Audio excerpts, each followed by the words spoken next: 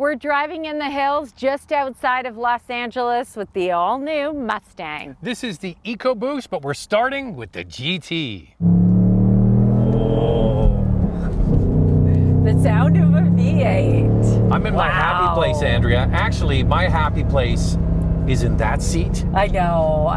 You're gonna get your chance. I'm gonna get my chance. This is one of my favorite cars. Andrea knows this. I love the Mustang GT.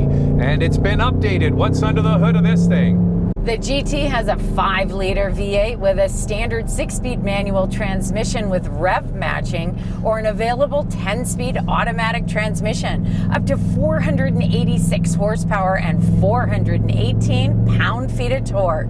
So up to 486 horsepower, which is mind-boggling for a naturally aspirated V8 engine. You get an extra 6 horsepower if you get the valves for the exhaust. That's right. No human is going to know the difference with 6 horsepower. It's already so fast. All right, so we're going to talk about in just a second the EcoBoost, but right now the Dark Horse, which basically replaces the Mach 1. It's the most powerful Mustang with a modified 5-liter V8 with a Tremec 6-speed manual transmission. It gets 500 horsepower and 418 pound-feet of torque, and it is the Gen 3 magnetic ride control. Coming up in the second half of the video after Questions, Coffee, and Cars, we drive the EcoBoost model. It is a 2.3-liter turbocharged 4-cylinder with a 10-speed automatic transmission, 315 horsepower, and 350 pound-feet of torque. Now, what did they cut, Andrea? No more manual transmission. Can you believe only 10% took the manual transmission? But for those 10%, yep. Are they going to be able to afford to jump into the GT? Like, give people options. That's one of the themes. We're going to talk about that in a moment. All about Ford wants to make it customizable. Yeah. Well, you're not looking after the customer that wants a manual EcoBoost, are you, No. Ford? Now, speaking of the EcoBoost, we're going to go through the base model key standard features. The base model comes with a 13.2-inch touchscreen with Sync 4, wireless Apple CarPlay and Android Auto, a 12.4-inch digital instrument cluster, a 6-speaker audio system, 6-way manual driver's seat, 4-way manual passenger seat, cloth front bucket seats, push-button start, and rear parking sensors. So customization, so many different ways you can dive into this new computer interface. But what's the one feature we want to put it in, Andrea? Well, you got to put it in ask for subscribe. And if you can hit that notification bell, you'll be notified when all of our reviews drop, and then you can watch them. And we do this, the couple car review twice a week. The first one drops on Wednesday. We put another one out on Saturday. So make sure you like and subscribe, but also follow along on Instagram to see what's up in California. With Andrea, it's Motormouth_Andrea. For me, it's Motormouth_Otto, and the links are below the like button. This video is brought to you by Car Cost Canada. Get the dealer's cost, list of rebates, plus discounted interest rates. Use the promo code Motormouth to become an expert member and get extra searches. The link is in the description below. I had a bagel for breakfast. It's coming back on me now. I feel like there's some fun facts coming. Actually, I feel like there's 3 fun facts. What are they, Andrea? Well, Ford says when they built this Mustang, they focused on 3 things. First one is performance, of course. I mean, that is just such a huge thing. Secondly, keeping the look iconic. That is so important to Mustang customers. And what's the third one? That's 2. And the third one is to be able to customize it the way you want it. You notice the stripes on our seatbelts? You can do all of these different things. Stripes on the front. You can get the Night Pony package. You can get the different wheels. There's so many wheels now. And customizable any way you want it. So that's 11 exterior color options, 6 interior color combo options. You can make it exactly the way you want it. Except you can't get a manual EcoBoost. A mistake. I think that's a mistake. It's a Mustang. Now, I'm a huge Mustang fan. I am a go-to Mustang GT kind of guy, and I always say to anybody that emails me and says, I'm thinking of getting a Mustang GT, there's 2 boxes you gotta tick. It's the performance pack and also the magnetic ride control. Right now, here's what you get in the performance pack. The performance pack adds the Torsen limited slip differential, a front tower brace, wider wheels and tires, Brembo brakes, and a carbon black grille. You also get a segment first electronic drift brake, active pothole mitigation, which continually monitors the suspension, and an optional magnetic ride control. Now, 22% actually get the performance pack, so it is a popular package. That's the 22% that watch our videos, Andrea. Yes, and the manual transmission on the GT model, the uptake is 27%. So higher than that EcoBoost manual transmission for sure. And when you add it all together, though, Andrea, that's like almost 40% would have bought, you know, manual transmission. I mean, we're really focusing on this, aren't we? It's funny because I'm no math whiz. I don't think you can add percentages, but let's not let the facts get in the way of a good story. A lot of people are going to miss that. Now, for those who've been following along for the past 2 years, you'll know that I learned to drive manual not too long ago, and I am absolutely loving it. This Mustang with the 6-speed manual transmission shifts smoothly and quickly. I am in love.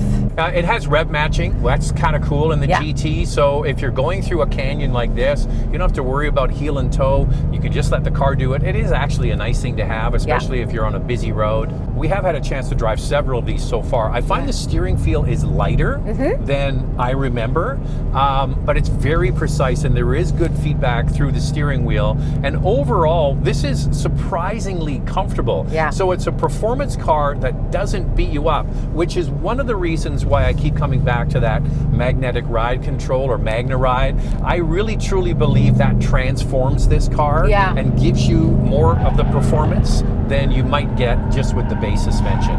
Just the fact that it's comfortable as a daily driver, you know, I think that you would really enjoy it. Now, we are on a twisty road, so I'm really concentrating here, but I have to say, whether you are going on a long road trip, the seats are comfortable, but as a daily driver, you would love this just as much. All right, we're not just on any twisty road, Andrea. We're on the Angeles Crest Highway, and for those that have never been on this road, if you come to LA and you rent a car, take this road, you will not be disappointed. And then the sound, listen to that V8. So the mystique of Mustang is a thing, right? So we're coming up on almost 60 years of Mustang.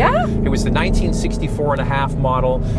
Then in 2015, they brought out the independent rear suspension in the previous generation, which really transformed this car. But the iconic shape is still there. I think on the outside, Andrea, there's it's one of those things that in pictures, you kind of go, I don't quite get it. But when you see it in person, you go, oh, it's a Mustang, and it's a pretty badass Mustang. You know what? They've kept it looking iconic. They've kept it looking like a true Mustang. It has a more chiseled look to the side, I would say. I love the slim LED headlights. And then the taillights in the back. Some are saying, I don't know if I love it, but I think that it looks really sharp. So it's a tip of the hat to the 67 Fastback, I believe, that had a kind of a concave rear.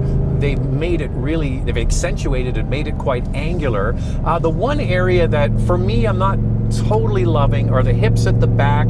Look a bit Camaro inspired, but you write below and tell us what you think. I think when you see it in person and from this angle, it's not just because Andrea's driving. It's pretty fabulous. I mean, whether you get the coupe or the convertible, there's this one color option. It's a kind of a dark gray exterior in the convertible with a brown and black interior. It's kind of like a baseball mitt color. It's beautiful. Gorgeous. Wow, look who's in his happy place. What a sound, what a sound. Oh, yeah. That V8. No wonder people want the V8. This is what I want, Andrea. We are going to talk about the EcoBoost a little bit later. But right now, let's talk about the interior of this thing, because they made a big point about this new digital instrument cluster and infotainment system is to basically attract millennials and Gen Zs. I think it's just the way the industry is going. Generally, we drive a lot of cars with this setup. It's fine. I like the whole digital cockpit experience in here. It's definitely driver focused. The touchscreen, which is a 13.2-inch touchscreen, is kind of pointed a little bit towards the driver, so it makes it really easy to access.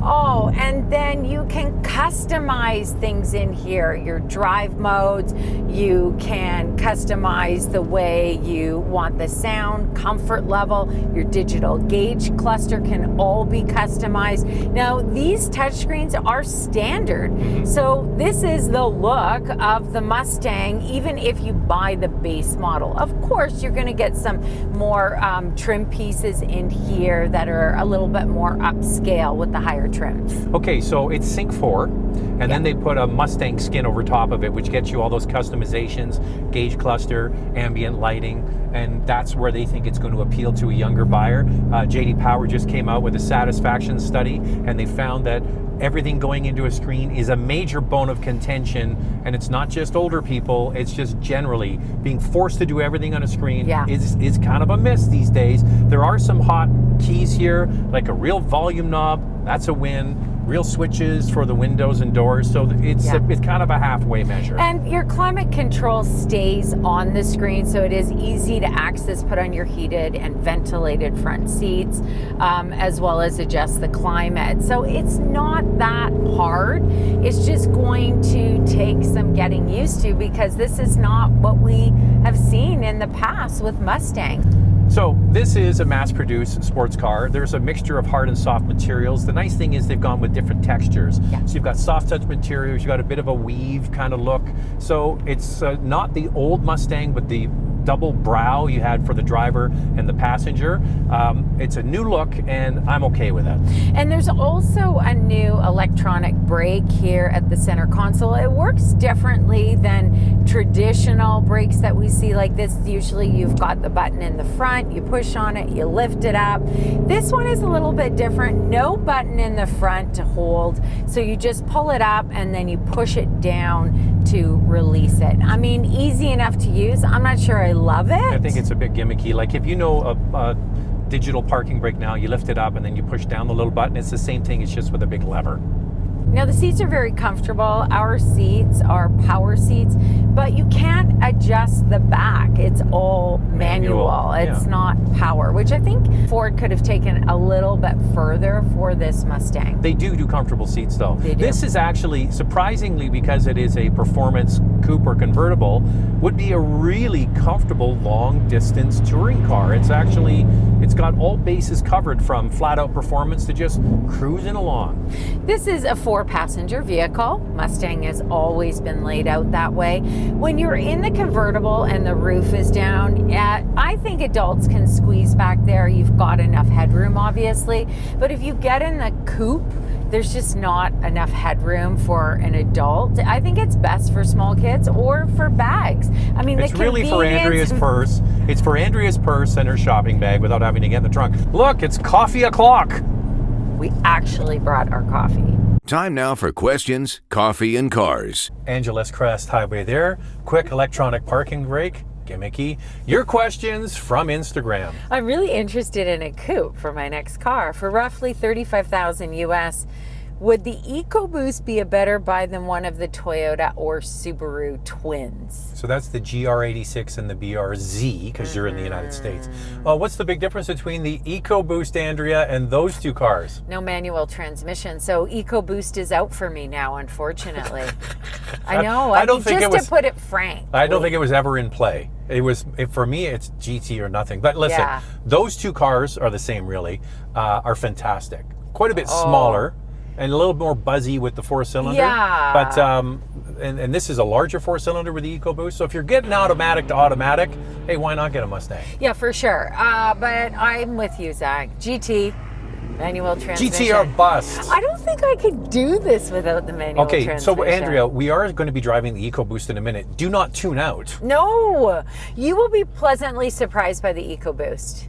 But we're not buying one. And the improvements to the 10-speed automatic transmission. All right. I built out a 2024 GT Premium. Is this Scott? It's Scott. Okay, Scott is a longtime viewer and contributes often to the live show when we get back after Labor Day. And he's got a beautiful Mustang GT. So he does. He has a 2021 model. So he's built out a 2024. Scott, are you thinking I'm really ready for a new one? What did he get to? So he says it came out to $11,000 more. Do you think it's worth the base on the new interior and redesign? So that's $11,000 11,000 US dollars more. So that's Yeah. quite a big jump. He's got a fantastic car already. You're probably not going to notice a big jump in the horsepower. You already have a powerful car. It's the interior. It's the interior. It's much nicer. I mean, the other one just seems dated to me now at this point. it. I like this whole digital cockpit, but I don't know if it would be worth it. Hey, do you want something new? Do you want the new Mustang? I think that, I mean, the car's only 2 years old. Keep driving it. Yeah, you're probably And you've already just customized fine. it, made it your The own. way you want it. Finally, the Mustang moved away from the 70s inspired interior and has a modern dashboard. It certainly does. I wonder if the infotainment is quick and responsive. And it's good for daily use, yeah. Well, it's Sync 4, and we often talk about this, that the domestic brands, whether it's General Motors, Ford, or Stellantis, they do very good entertainment systems. It's a big change from the previous model, but you'll get used to it. And it's fast. Yes, it's fast. The car's fast, and the infotainment system's fast. Shall we get into the EcoBoost We now? shall. We shall. Well, you know, Andrea, I don't look good in hats. You look good in, you look fine I in do a not hat. look good in hats. I got Yes, a you funny do. shaped head, No. a fat head. You And when I knew we were coming here, I dug through how many hats do I have at home that have been given to me? A ton of hats. Every brand you can imagine. So I looked for a Ford hat. This is the only one I could find. Was the Super Duty diesel. And then we get here and look what they give us. That's a better. Mustang. Mustang I forgot hat. to grab mine, so I just have my hat from home. But I can pick it up later. All right, I do like a Mustang hat, and I'm quite enjoying this EcoBoost, Andrea. It's quite a different animal. It feels very light on its feet, and it actually, like, it has a sound to it. It sounds really good. For a 2.3 liter EcoBoost engine, I think that people are going to like this one. Not only is it fuel efficient, obviously better than the V8, improved fuel efficiency from the last model as well. So one great thing about Mustang is that whether you choose There's only one great thing about Mustang? Well, I think there's a lot of great things about Mustang. okay, so whether you choose this engine or the V8, or you go with the coupe or the convertible like we have, manual transmission, automatic, you want more performance, less, something that's a little bit less money, something that's more money, they have got it for you. Well, the whole problem with Mustang, in my opinion, is that they're really trying to sharpen this for millennial and Gen Z buyers. Yeah. What's the one thing that Gen Z buyers do not have, Andrea? Money. Where's the money coming from? Yeah, and when you look at these on paper, you think, okay, that's kind of attainable. Yeah. But when you get it the way you want, to Andrea's point, maybe you want to add the performance pack. Maybe you want to have like the fancier sports seats. Maybe you want this or that. It's not affordable any longer. It's actually really not affordable anyway. I think the 10-speed automatic transmission is quite good. It shifts smoothly and quickly. I really like the steering on this. We're on a twisty road right now. Can you tell we're on a twisty road? And it handles very well. Okay, the interesting thing is, in 2015, when they brought out the first Mustang with independent rear suspension and this 10-speed automatic transmission, the first version of that I drove was the EcoBoost, and I found that the engine and the transmission were not a good match. The transmission really did well with high torque outputs like with the Mustang GT, but they seem to have calibrated this better. It's working better together, and that's really the whole part of a new model, is you think they've got it all synchronized, and it feels like they do. And I think the torque number on this, 350 pound-feet of torque, is very good. It's not a whole lot less than the GT model. So Doesn't sound the same. No, of course it doesn't sound the same. Who's kidding who? A V8 is a V8. But how long will the V8 be around for? Who's to know for sure? I don't think it's going to be around for long. We did ask Ford, but mum's the word. They didn't tell us. All right, so what are the official stats on both the EcoBoost and the GT? Let's get into it. Let's start with pricing. The EcoBoost Fastback starts at $37,000 Canadian, and the EcoBoost Convertible starts at just under $44,000 Canadian. The GT Fastback, $48,500 Canadian, and the top GT Premium Convertible is just over $60,000 Canadian. In the US, the EcoBoost Fastback starts at just under $31,000, the EcoBoost Convertible just over $39,000, the GT Fastback just under $42,500 US, and the GT Premium Convertible just over $52,500. Here's the fuel economy for the EcoBoost. It's 10.8 liters per 100 kilometers in the city, 7.1 on the highway. That's 22 miles per gallon in the city, 33 miles per gallon on the highway. For the 5-liter V8, it's 15.8 liters per 100 kilometers in the city, 9.8 on the highway. That's just 15 miles per gallon in the city, 24 miles per gallon on the highway. The warranty is 3 years, 60,000 kilometers, or 36,000 miles. Lightning round, two things we like to see improved. I love the V8. What an amazing performer. I'm actually kind of digging the new interior. And I don't think this is going to happen, but I can complain about it. I'd like to see the 6-speed manual offered on this EcoBoost. If you want to get younger people into Mustang, you got to come with a cheaper version. Well, what's not to love? A brand new Mustang and the beautiful California sun. Do you think this is enough to entice new, younger owners to Mustang? We'll see.